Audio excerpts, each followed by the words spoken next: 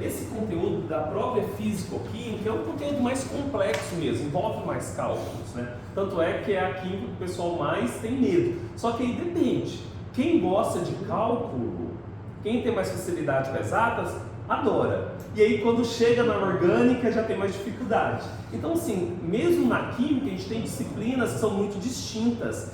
Por exemplo, hoje, no primeiro momento, eu mostrei uma parte de analítica. No ensino médio, a analítica ela não aparece de uma forma muito clara, né? A analítica está misturada com a físico-química, mas no nível superior a gente divide química analítica, que é essa parte de análise de materiais em geral, análise de substância, análise de amostra, essas contas que nós fizemos de química analítica. As contas que estamos fazendo aqui agora, vou fazer agora, é a tradicional da físico-química e a química orgânica que vocês fizeram no semestre passado o módulo do semestre passado com a professora Juliana.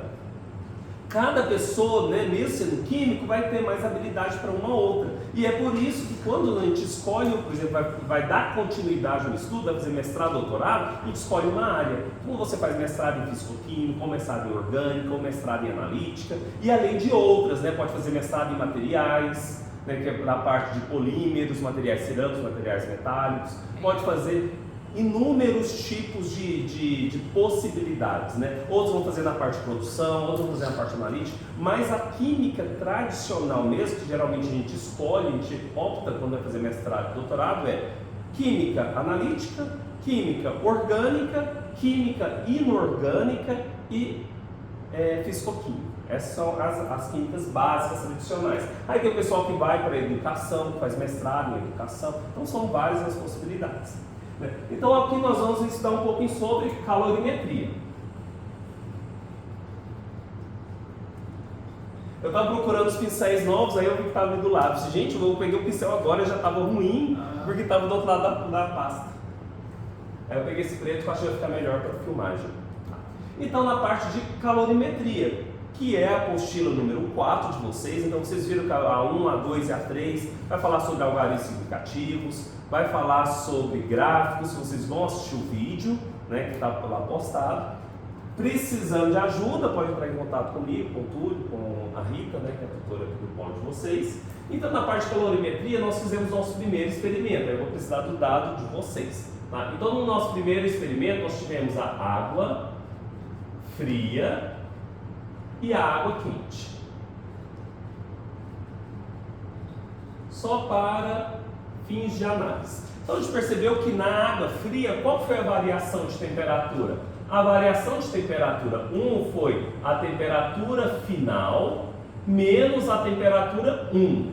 Para a água quente, que é a variação de temperatura 2, vai ser a temperatura da água final menos a temperatura 2. Porque variação é sempre final menos inicial. Por exemplo, se eu pego meu carro e vou para Palmas, qual que foi a distância percorrida? Então vai ser lá em Palmas, sei lá, 50 quilômetros, que é o final, menos o inicial, que foi 0, meu ponto de partida. Então variação é sempre final menos inicial. Para a variação de temperatura com dados de vocês, qual que foi a temperatura final?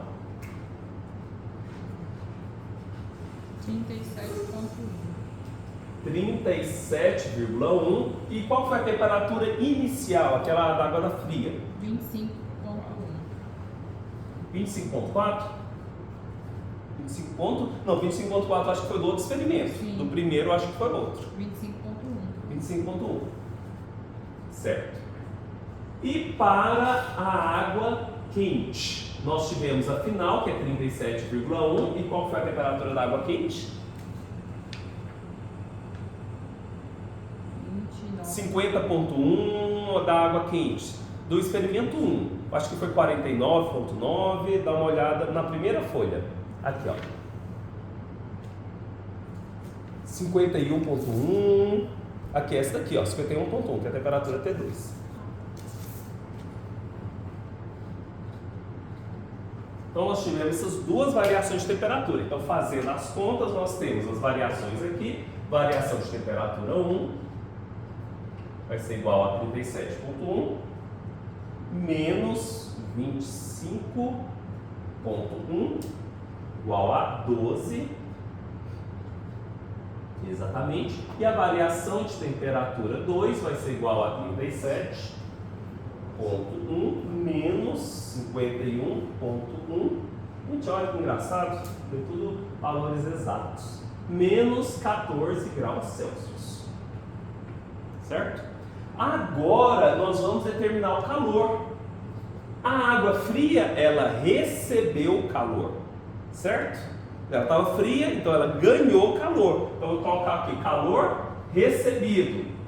Como que a gente calcula calor? Então lá naquela apostila sobre calorimetria, ele mostra para nós uma equação, e essa equação é que nos informa qual que é o calor. Então a forma de nós calcularmos calor de um sistema é a massa de água vezes a capacidade calorífica da água. Capacidade calorífica da água é um valor específico para a água. Cada substância, o etanol tem um valor, o metanol é outro valor, o hexano é outro valor, e a água tem um valor específico. Como é um valor que foi convencionado, a gente convenciona 1, porque aí fica mais fácil. Então, qual que é a capacidade calorífica da água? 1 grama por grau Celsius. Muito mais fácil, muito mais prático, né? Vezes a variação da temperatura 1, porque a água fria, a variação foi a 1, a água quente teve outra variação de temperatura. Jogando aqui meus dados, a massa da água que nós usamos foi 100 gramas, capacidade calorífica da água foi 1 caloria por grau Celsius, vezes a variação de temperatura da água foi 12 graus Celsius. Tá. Já montando a outra, o calor cedido, a água quente cedeu calor, deu calor para o sistema, vai ser massa de água vezes capacidade calorífica da água vezes variação de temperatura 2. Jogando os dados, vão ser 100 gramas vezes capacidade calorífica da água, 1 caloria por graus Celsius, vezes a variação de temperatura foi menos 14 graus Celsius.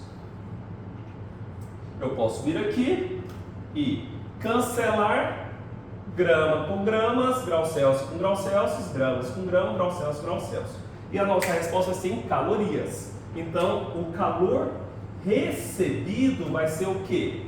100 vezes 1 vezes 12. Então, 1.200 calorias. Quer dizer que a água fria ganhou 1.200 calorias, que é uma unidade de energia. Enquanto que a água quente, ela deu calor. Deu quanto? 100 vezes 1 vezes 14, menos 1.400 calorias. Tá? Ou seja, a água quente, ela tinha muita energia, ela estava quente, ela estava 51 graus. No final ela caiu para 37, ou seja, ela perdeu energia, por isso que é negativo. Quanto de energia que ela perdeu? 1.400 calorias. Quanto de energia que a água quente, que a água fria recebeu? 1.200. Aí nós vamos fazer o cálculo agora da capacidade calorífica do calorímetro. Constante do calorímetro. Essa conta que está lá na apostila de vocês, ela é feita só um pouquinho diferente, mas é praticamente igual, só um detalhezinho. Bom, na natureza nada se cria, nada se perde, concorda? Se alguém doa energia, alguém recebe. Por que não zera essa minha conta? Porque o Becker, ele aqueceu, não aqueceu? O Becker, o Becker, que seria o nosso calorímetro, que estava água fria, no início ele estava com 25. O Becker não estava com água fria, com 25? No final ele não aumentou para 37? Então o Becker ganhou energia. Então essa diferença aqui, ó, é o que o Becker recebeu. Então eu posso dizer que calor recebido mais calor cedido mais capacidade calorífica do calorímetro, que é uma constante que eu vou determinar, que é o quanto de energia que o Becker, que seria o calorímetro, absorveu, vezes variação de temperatura 1. Por que a variação de temperatura 1? Porque o calorímetro estava no início com 25. e no final com 37. Então aqui só pode ser a variação de temperatura 1, não pode ser a 2. A 2 não é o calorímetro, era só água quente, certo? Isso tudo tem que ser zero, porque na natureza nada se cria, nada se perde. Ele só transforma de um lado para o outro. Lavoisier, exatamente. Então, jogando aqui meus dados, nós vamos ter aqui. Consegue enxergar aqui ou está muito baixo? Não. Então, nós vamos, calor recebido vai ser 1.200 calorias, mais calor cedido vai ser menos 1.400 calorias, mais a capacidade calorífica do calorímetro vezes variação de temperatura 1. Variação de temperatura 1 eu já vou colocar que é 12. Isso tudo igual a zero. Então eu posso vir aqui do outro lado. Esses dois eu posso jogar do outro lado da equação. Se nós fizermos essa conta, ó, 1.200 menos 1.400 vai sobrar quanto? Menos 200. Se eu jogo para o outro lado da igualdade, vai ficar mais 200. Então, capacidade calorífica vezes 12 graus Celsius é igual a 200 calorias. Ok? Eu peguei aqui, ó, 1.200 com menos 1.400 dá menos 200. Jogo para cá, positivo. Pego 12 aqui, jogo para cá, dividindo. Então, a capacidade calorífica do calorímetro vai ser o quê? 200 divididos por 12 igual a 16,67 calorias por grau Celsius. Okay? Essa é a constante do calorímetro. Então, quando eu fizer a minha segunda conta, eu vou fazer um ajuste. Isso aqui, ó, é o meu primeiro experimento. É a conta do primeiro experimento, que é a constante do calorímetro, que é o título aí do primeiro experimento, tá? Já o segundo experimento é a determinação do calor da entalpia de dissolução, né?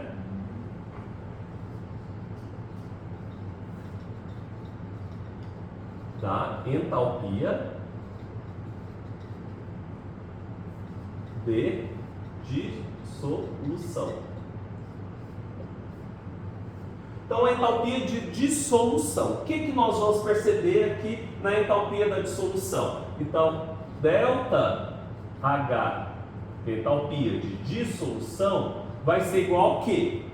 Primeiro, o calor recebido pela água, porque quando eu coloquei o NaOH lá dentro, misturei, o que aconteceu? A reação liberou energia, liberou? Aumentou a temperatura. Quem ganhou essa energia? Foi a água. A água recebeu energia e aumentou a temperatura. Mas além da água, o que aconteceu? O meu calorímetro também ganhou energia. Então vai ser o quê? A capacidade calorífica do calorímetro, que eu já determinei aqui em cima, vezes variação de temperatura. Essa é a minha equação para me determinar a entalpia de dissolução, e aqui é do NaOH, especificamente. Então, para nós fazermos essa conta usando essa equação, nós vamos fazer o seguinte: primeiro vamos determinar a variação de temperatura. Qual foi a variação de temperatura? Vai ser a temperatura final menos a temperatura ou inicial. A final foi quanto no experimento 2?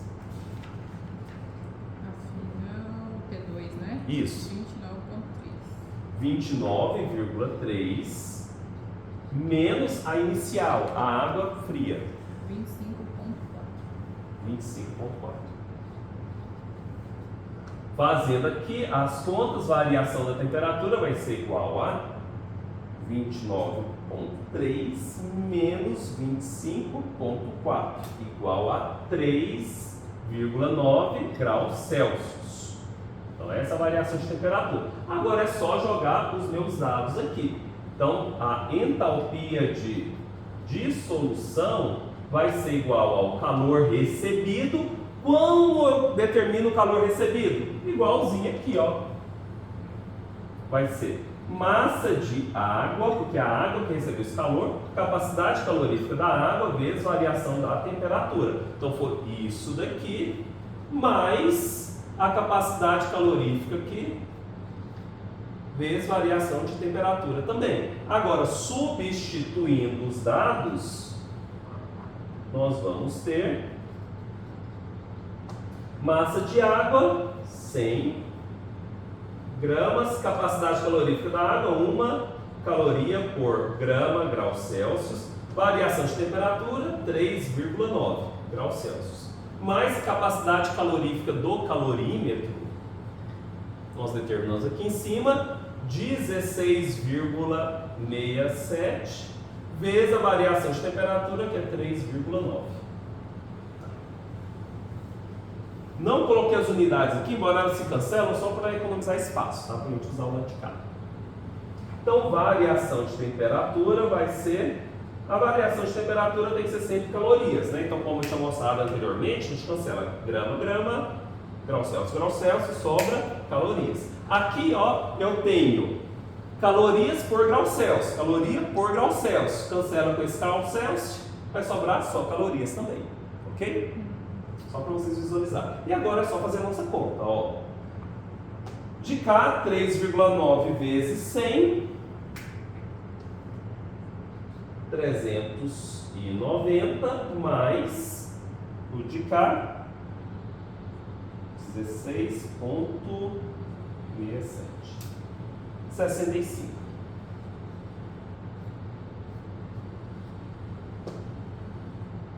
Mais 394, 455 calorias. Ok? Só que, ó, o calor de dissolução aqui deu positivo. Agora vamos imaginar o seguinte: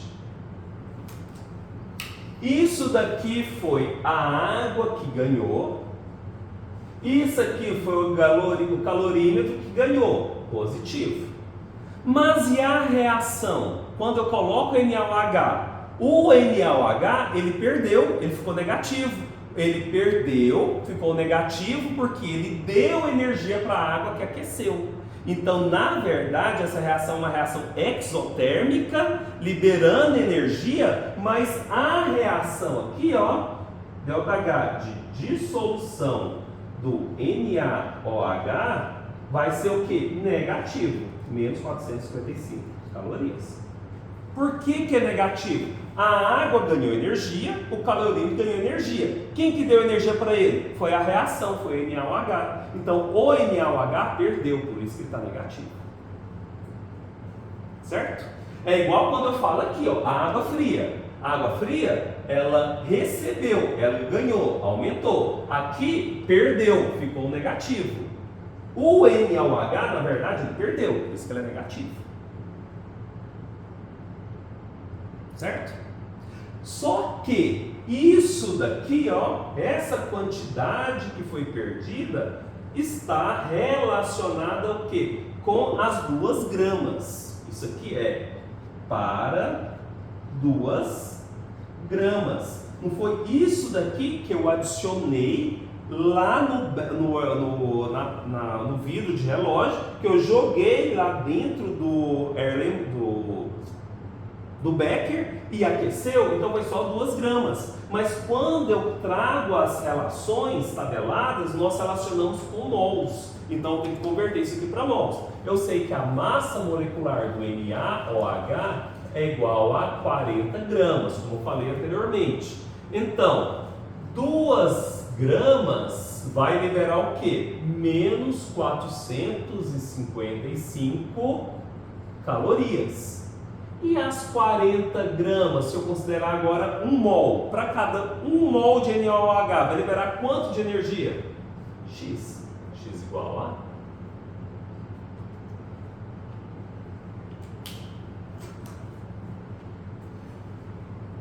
vezes 40 divididos por 2. Vou colocar embaixo que é um número grande. x igual a 9.100 calorias. Só que as tabelas não usam calorias como fonte de energia, como unidade de energia. Usa o quê? Usa joules. No alimento você vai ver, alimento às vezes te dá, por exemplo, uma balinha tem quanto de energia? Se eu como a balinha, quanto de energia que vai liberar para mim? Quanto de energia que eu vou ter para aquecer meu corpo, fazer exercício? Aí às vezes ela dá em calorias, ou às vezes dá em joules, mas os valores tabelados, porque no sistema internacional pede que a resposta seja em joules, então vai ter que converter para joules. Eu sei que uma caloria corresponde a 4,18 joules, isso aqui é tabelado, você pega em tabelas de conversão na internet, tá? E 9.100, tá certo, tá errado, então um zero a mais. E 9.100 calorias, vai ter quantos joules? X igual a, então, vezes 4,18. 38.040 joules. Reorganizando, eu tenho 30, aliás, isso aqui é menos, então aqui é menos. Então aqui menos, aqui vai ser menos, então vai ser menos 38. Isso aqui é 1000, eu posso chamar de quilojoules por mol, porque eu relacionei aqui por 1 mol.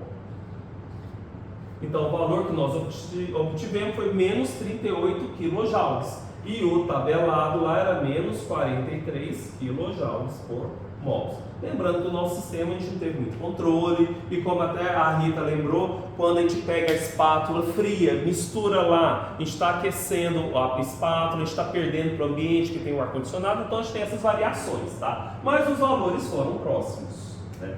Então o valor que nós encontramos, menos 38 quilojoules, o valor tabelado é menos 43. Deixa eu colocar o símbolo certinho. Entalpia de dissolução.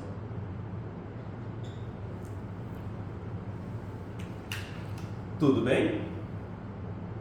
Então essa foi a primeira parte, né? A primeira e segunda parte do experimento, então podem copiar para a gente fazer a próxima, que é o terceiro experimento, que é a caloria de neutralização, a entalpia de dissolução. Dissolução não, de neutralização. Que nós pegamos esse NaOH que nós dissolvemos e misturamos com o HCl. Se tiver alguma pergunta, também podem fazer. Você falou que cada substância tem a sua própria capacidade Calorífica. Isso. É um valor tabelado. É como se fosse uma característica do material. Tá. E aí, como o material que a gente mais usa é água, então padronizou. Não, então vou jogar para a água 1 caloria. 1 caloria por grau Celsius grama. Então, para facilitar. Gostei mais desse cálculo que do outro. Aí, ó. Que bom, aí. Pois é, quer dizer que você gosta mais de fisicoquímica. Então, cada um vai gostando mais de um estilo de equação, de contas, tá? Posso apagar? Então, vamos agora para o terceiro experimento.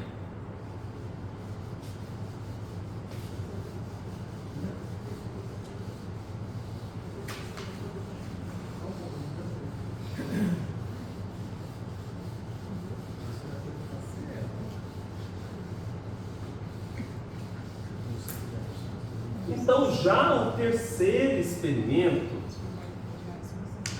ele vai ser o calor de neutralização, tá? O calor de neutralização, a gente vai ter que fazer algumas considerações, não são as mais ideais experimentalmente, mas a gente vai ter que fazer, tá? E é exatamente como a apostila de vocês ensina, tá? Só uma observação, lá na apostila de vocês, naquela equação anterior, ela fala que o calorímetro pega a variação de temperatura 2.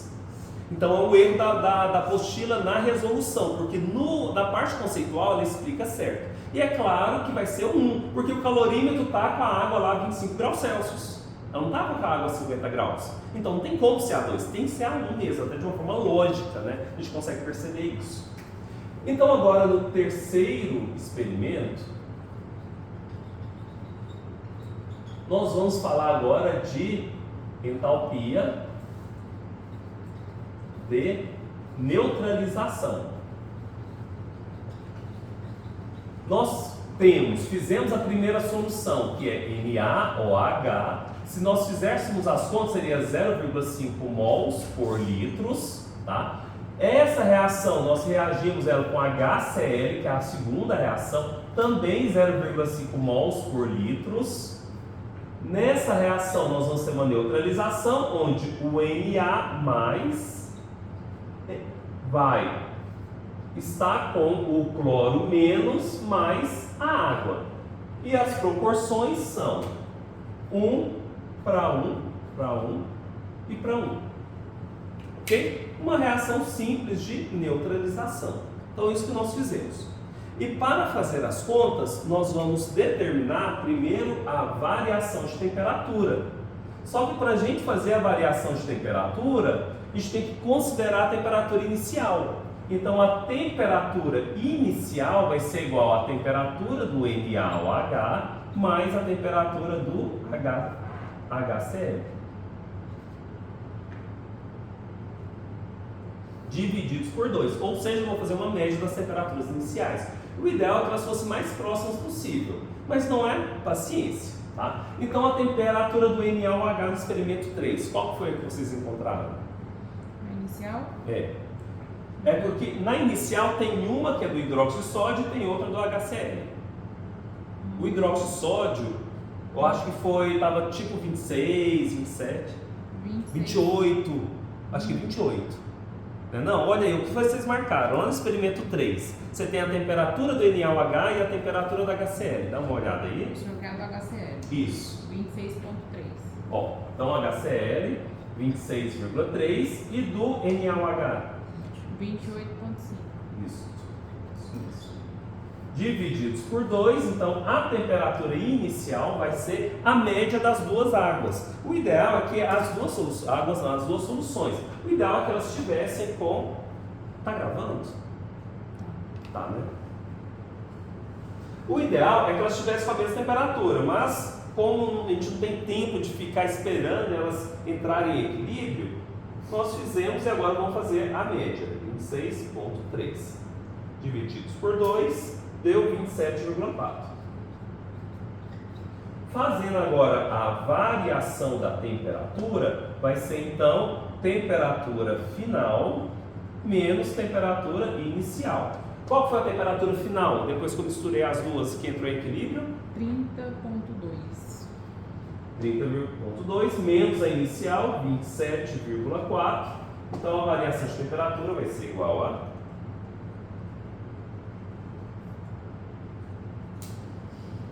2,8 graus Celsius. E agora, para fazermos a entalpia de dissolução, vai ser igual ao calor recebido pela água, porque quando eu faço a reação de neutralização, quem ganha a energia foi quem? A água, porque ela que esquenta. Então, calor recebido pela água mais o calor recebido pelo calorímetro. Jogando aqui os meus dados, nós vamos ter ΔH de dissolução, não, de neutralização, né? Então, de neutralização, vou colocar neu só para abreviar, vai ser igual a quantidade de calor recebido pela água. Aliás, eu vou fazer aqui embaixo só para a gente economizar espaço. ΔH de neutralização vai ser igual calor recebido pela água. Nesse caso, a água vai ser o quê? A massa do HCl, da solução de HCl, mais a massa da solução NaOH mais HCl. Porque nós pegamos 100 ml de um, 100 ml de outro, misturou, no final ficou com 200, né? Então aqui, ó, a água que ganhou energia, ou a solução que ganhou energia, foram 200 ml. Vezes a capacidade calorífica da água, vezes variação da temperatura. mais capacidade calorífica do calorímetro vezes variação de temperatura. Jogando agora os dados, nós temos 100 mais 100 igual a 200 gramas vezes capacidade calorífica da água, 1 caloria por graus Celsius, vezes variação de temperatura, 2,8, mais a capacidade calorífica do calorímetro, que nós determinamos anteriormente, foi 16,67, né? 67, qual que era a unidade dele mesmo? Era graus Celsius por gramas, que vocês anotaram no anterior.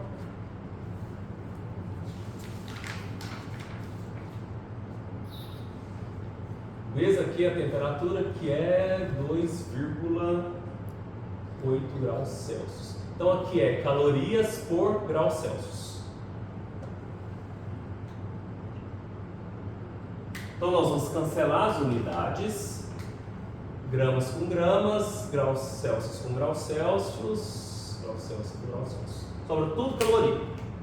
Então nós vamos ter aqui delta H de neutralização vai ser igual a 200 vezes 2,8, vai ser 560 mais 16,6 vezes 2,8 igual a 46,5, que vai ser igual a 560 mais 46,5, 606,5 calorias. E aqui a interpretação é a mesma. Veja, a água ganhou energia, ficou positivo, aqueceu. O calorímetro ganhou energia, aqueceu. Quem deu a energia? Foi a reação de neutralização. Então, por isso que essa entalpia de neutralização vai ser menos 606,5 calorias. Ok? Agora, o que nós vamos ter que fazer aqui? Levar em consideração várias questões. Primeira delas é que eu vou ter que, da mesma forma que aquela conta anterior, eu tenho que converter isso para joules.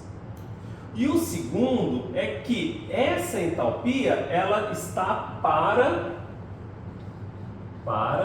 0,5 mols.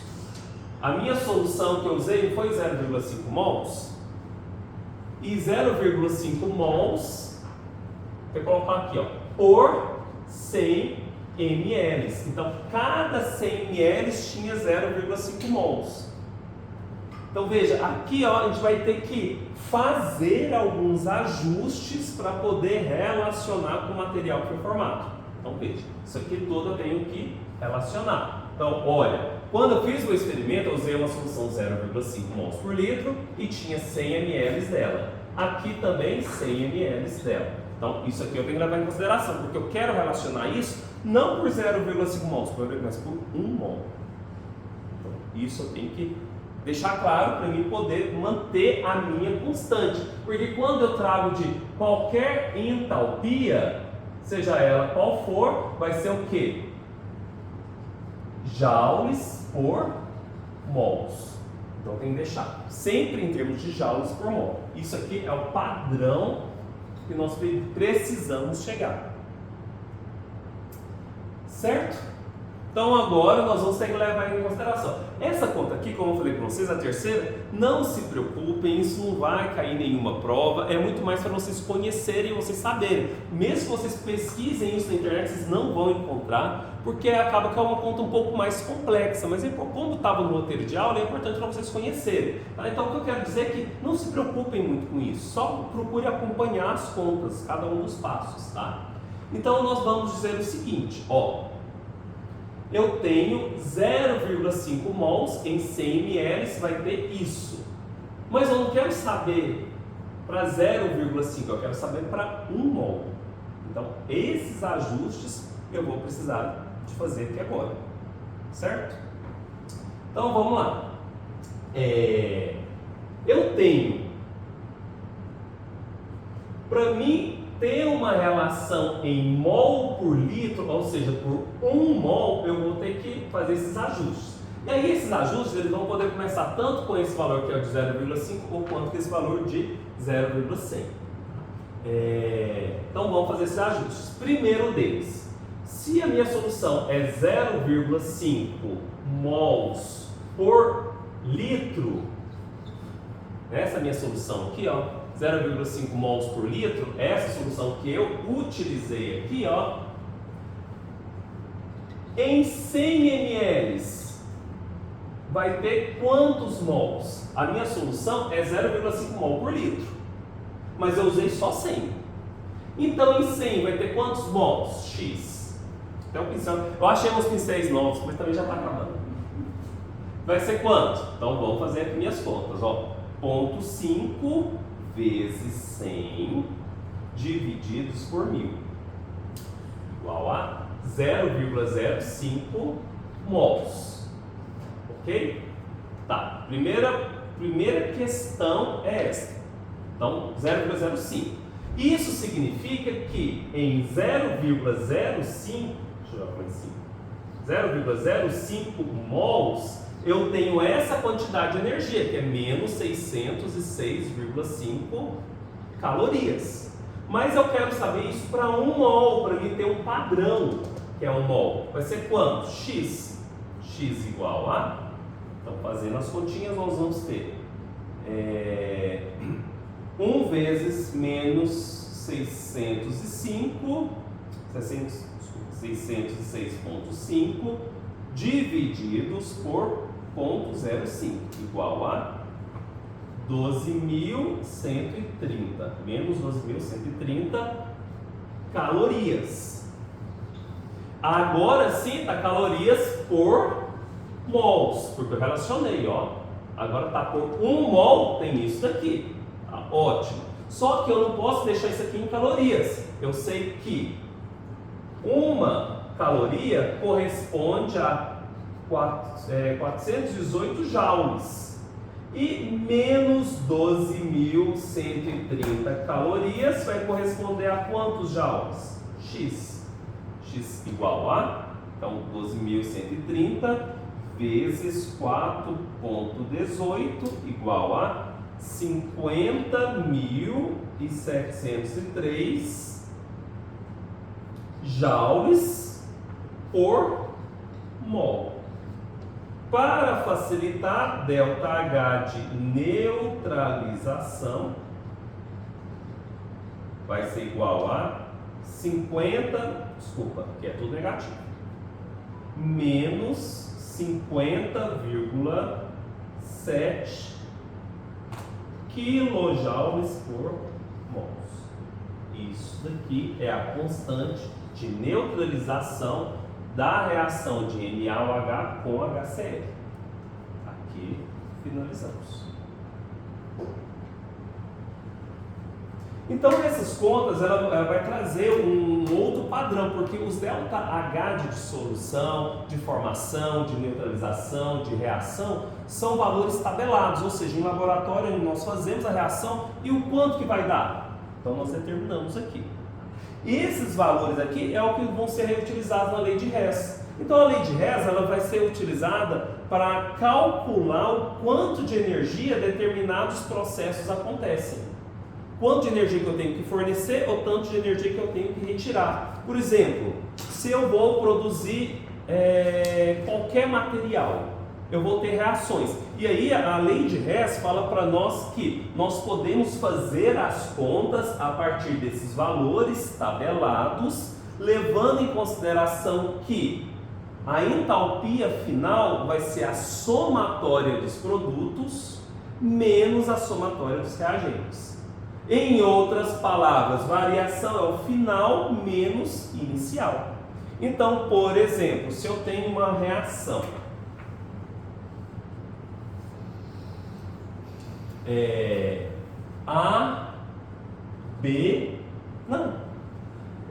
Eu vou jogar AB porque eu não sei quais são os valores, tá? Só para facilitar. AB mais CD formando AD mais BCD.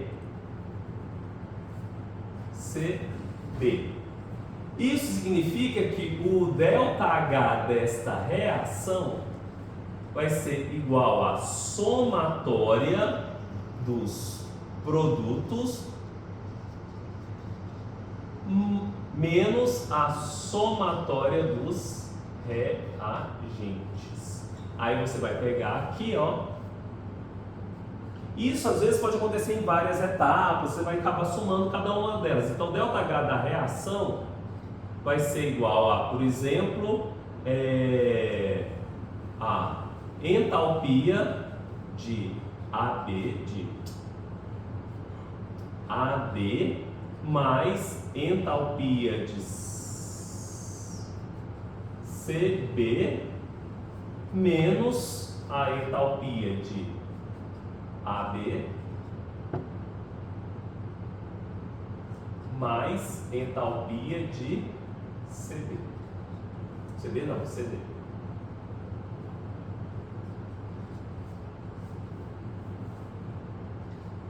E aqui a gente vai considerar todos elas, ou seja, os produtos AD, CD, menos dos reagentes AB, CD.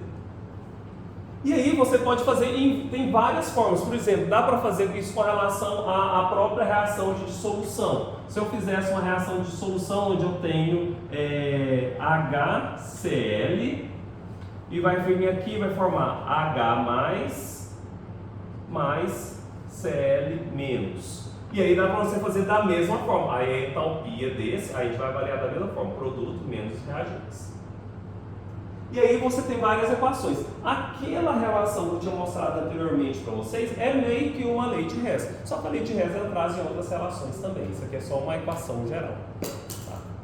Que é bem provável que o Giongo deve ter alguma aula dele nessa parte de termodinâmica, né?